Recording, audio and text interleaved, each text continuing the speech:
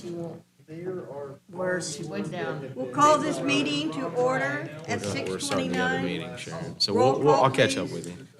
Mrs. Allen? Here. Mayor Murphy? Here. Mr. Miller? Here. Mr. Darney? Here. Mr. Burchett? Here. Mrs. Witt? Here. Ms. Marcus? Here. We have the approval of the minutes of the Committee of the Whole meeting for December 14th. If there are not any changes, corrections, they will be approved as they are. Hearing none, they are approved. Finance Director, do you have some? No report, thank you. City Manager? Yes, I wanted to share that we had a comprehensive plan ad hoc meeting on Tuesday, and that went very well. They identified the critical path strategies that all the members within that group said were important. We're getting close in finalizing the comp plan. However, I wanted to give you an update that there'll be a couple-month delay in it. And the reason why is because there is still one last community engagement piece. And we feel the best way to secure an active group and get a voice is to do it at one of our major events. And we have a major event being the Easter egg hunt coming up. So instead of doing it in February, we're going to wait till, is that about the end of March, Brent? Okay. So the end goal will be able to have that last event with the public then. And then we have to, as part of any comprehensive plan revision or update, you have to take it to the Planning Commission for a public hearing and then make a recommendation. Then you have the 30-day period. Then you have to do a public hearing at City Council and then adoption. So from this morning's meeting, the virtual meeting, we're anticipating late May or June is when we would have final adoption. Another piece of this puzzle is also, as you guys know, because you will be working on this at your next meeting, we do not have enough members on the Planning Commission that currently hold a Planning Commission meeting. Hopefully that will be rectified, maybe sometime in February. Correct. And then ultimately, the city planner and I we will schedule a meeting with the Planning Commission at some point. It kind of, they'll be all new members. So we'll want to let them know what the responsibilities of the Planning Commission is. And I'd like to go over maybe Robert's Rules of Orders or, how a meeting is held. And then they would also, at that meeting, they would have to identify their chair and vice chair. So when you kind of put all those pieces of the puzzle together, that's how we're pushing this out. The consultant, American Structure Point, said that there was no problem with that, and it doesn't break anything that we had in our prior contract or agreement. So I would just let you know again that we would anticipate our final adoption probably around June. And that's all that I have. Here. Do you have anything? I have no report, thank you. Law Director? The only item I have is a request for an executive session at the end of this meeting with no business to follow for matters pertaining to employment of a public employee. So I would just request a motion and vote on that, please. I'll make a motion that we have an executive session at the end of this meeting for matters pertaining to an employee and outlined by the law director With no business. with no business to follow. Any questions or comments? Roll call, please. Mrs. Witt? Yes. Mr. Burchett? Yes. Mr. Darty? Yes. Mr. Miller? Yes. Mayor Murphy? Yes, Mrs. Allen? Yes. Ms. Marcus? Yes. Clerk of Council? I have nothing, thank you. Okay, we move into business. The first item is the microfilming and archiving services agreement with Montgomery County. This is an annual housekeeping item that we have with Montgomery County. They take care of our microfilming. They used to do microfiche, but they do not do that anymore for us. They just do record storage and microfilming for the police department. It is a budgeted item each year, part paid from council budget and part paid from police budget. So I don't know if you have anything down. Yeah. Any questions or comments? Do we have a motion? I'll make a motion that we do the microfilming and archiving services agreement with Montgomery County for our next meeting. Roll call, please. Mayor Murphy? Yes, Mrs. Allen? Yes. Mr. Darty? Yes. Mr. Miller? Yes. Mrs. Witt? Yes. Mr. Burchett? Yes. Ms. Marcus? Yes. Our next one is the ODOT 2024 paving project. Yes, thank you. This is on State Route 4. You may recall, as the months slipped by, back in August of last year, a resolution was passed to participate with ODOT in their paving project of Route 4. They're paving, I don't know the whole mileage, but they're paving quite a bit of Route 4, and it is a responsibility of each jurisdiction if they want to participate, and then they have to pay the cost for the portion of the roadway that is in the city. Route 4, our portion, you may recall in that discussion, was estimated to be $90,000. So we did budget in our capital budget for 2024, $90,000. The good news is the invoice that they have sent with the draft resolution that was part of, I believe it's in your pamphlet or your packet, is a little over $49,000. So it's almost half of what we had anticipated, so that's really good news. Now, with that being said, I don't think they've gone to bid yet. We are always responsible. If it was to come over, then they would invoice us for the remaining. But to come in at half of what we initially anticipated is pretty good news for us. So what we need is we need legislation drawn tonight to, and there is a draft resolution, however, the law director may modify that as she sees fit. But we would ask for legislation to be drawn to support entering into the agreement with ODOT for paving our portion of Route 4 through the city. And I Make a can, motion that the necessary legislation be prepared for the agreement with ODOT for the 2024 paving project. Any questions or comments? Roll call, please. Mrs. Allen? Yes. Mayor Murphy? Yes. Mrs. Witt? Yes. Mr. Miller? Yes. Mr. Doherty? Yes. Mr. Burchett? Yes. Ms. Marcus? Yes. Our final item is the maximum age ordinance change for police officers. Hi. So the Ohio Revised Code prohibits hiring police officers for their initial appointment if they've reached their 35th birthday. And we've always, as the city of Moraine, we've always followed that ORC rule. I've been in talks with the Merit Service Commission the last few weeks about that rule. And what the state law also does, though, it allows for the local communities to establish their own ordinance with their own maximum age. And what the discussions revolved around, what we've seen the last few years is we've seen an influx of older people past the age of 35 that are trying to become a police officer.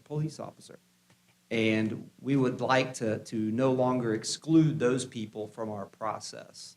So Martina's been kind enough to draft an ordinance that would establish a local rule for us for the age of 50 years of age.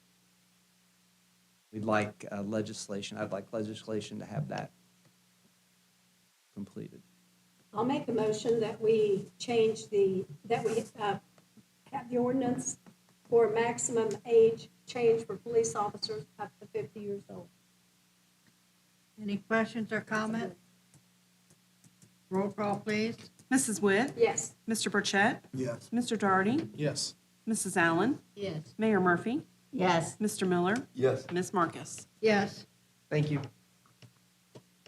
We have no one appearing before council. We'll go into staff and council reports. Pick up building maintenance first, I like that. No report, ma'am. Thank you. street maintenance, No report, thank you. city planner, I have nothing further tonight, thank you. parks and rec, last chance. Miss Allen stole my thunder. Thank you. No, I have nothing to report. Thank you. Fire department, Nothing to report, thank you. police department, Nothing further, ma'am. Thank you. clerk of council, I have nothing, thank you.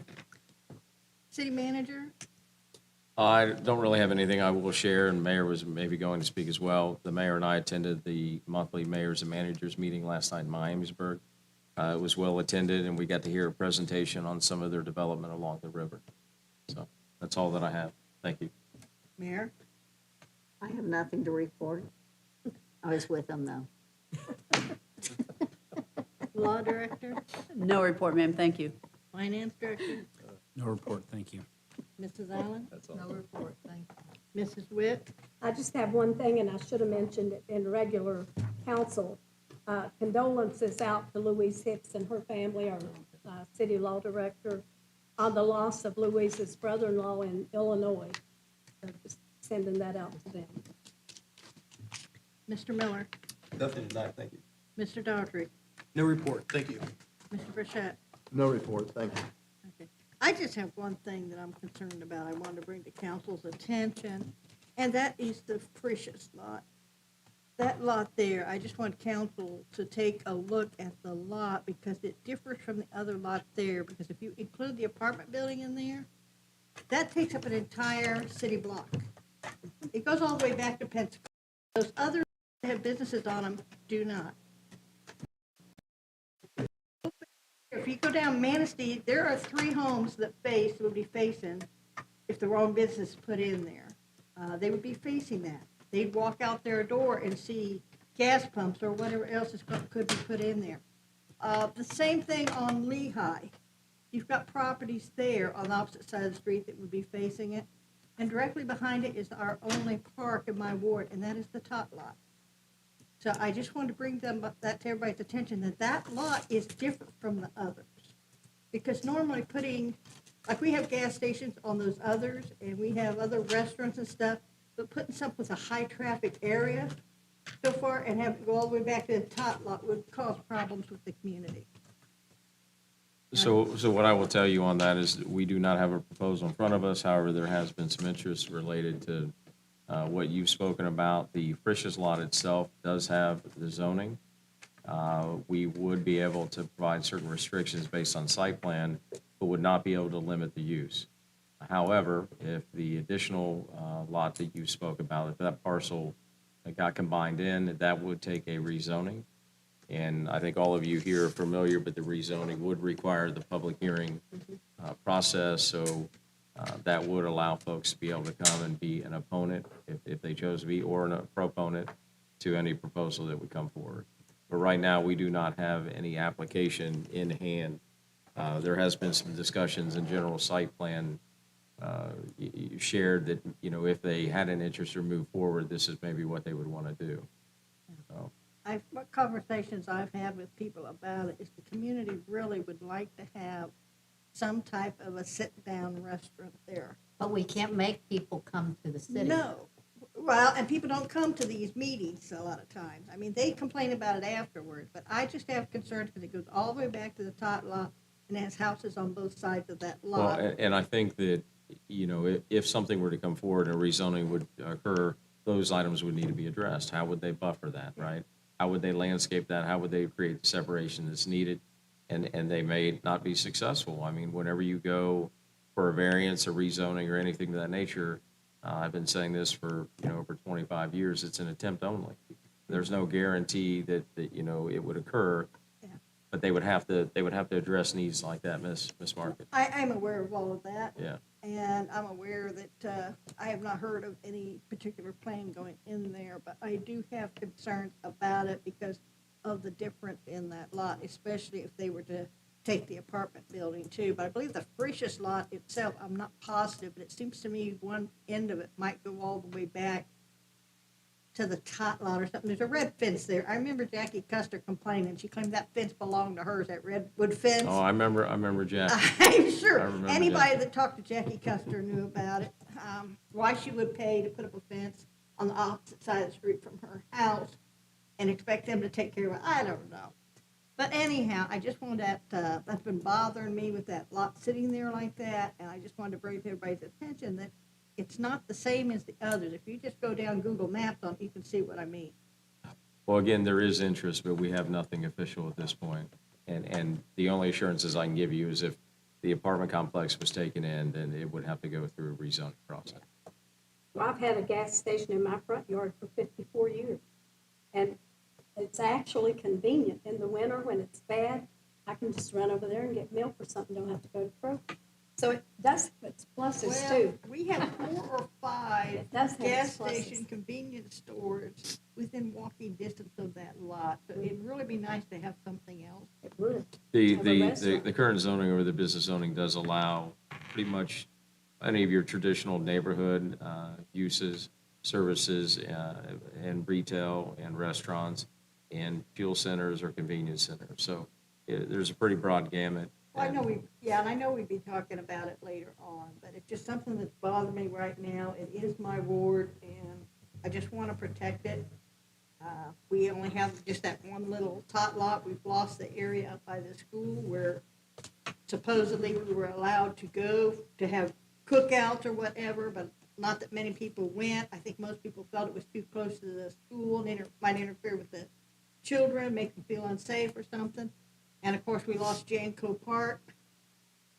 That was not utilized at the time as the way I was told about it, but I most certainly would have objected if I'd been on council then, because that would be a wonderful thing to have right now to bring the old community and the new homes in together, to make them feel more like they were together. And we lost that when we put up Oak Point. So I just thought I'd have my say, and I didn't want to do it in the public meeting right then. Thank you. Hopefully I was able to answer any questions you have. Okay, at this time, we'll adjourn to an executive session at 6:46 with no business to follow.